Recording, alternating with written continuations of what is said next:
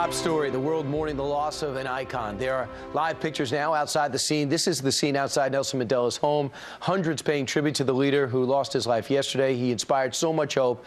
What does it mean to us here in America? What was he like when he came to America? Let's ask James Baker. He's the former Secretary of State of George H.W. Bush, Chief of Staff under Reagan, former Treasury Secretary as well. Jim, you met with Nelson Mandela right after his release from prison.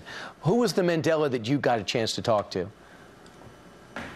Well, he'd been in prison for 27 years, and I met with him and a lot of his associates in the African National Congress.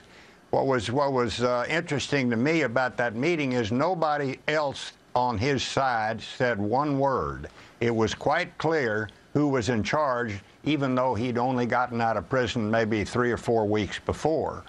He was very dignified. He was a man of great dignity, and I say endearing and enduring dignity. He was an icon of freedom. He was an icon of human rights. He was an icon of reconciliation and forgiveness. He forgave his captors. He didn't engage in retribution.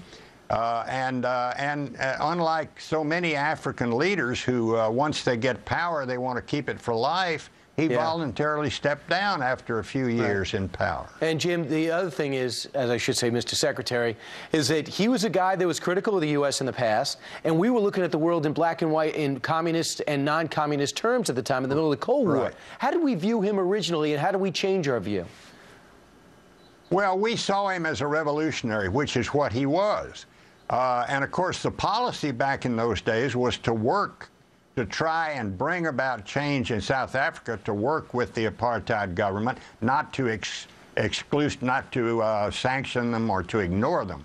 That policy changed over time. But it was interesting, in that meeting I had with Mandela, it was almost as if he'd been in a time warp, because he was a communist. He was an avowed communist. And when I met with him, he was still speaking economically, at least, in communist terms, equality for everybody and everything, but it didn't take him long to change his view and change his outlook, particularly after he acquired power as president of South Africa. But he was a wonderfully beautiful human being. I mean, I have to tell you, I met during that period of public service of mine with a lot of great people, great leaders, Margaret Thatcher, Gorbachev, you name it. I met with them all. But if anybody deserved the appellation great, it was Nelson Mandela. I mean, just read the timeline on the resume. It's incredible what he's done. He's gonna be somebody we refer to forever in the history books.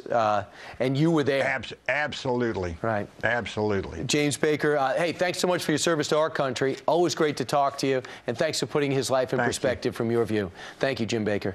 Thanks so much. All right.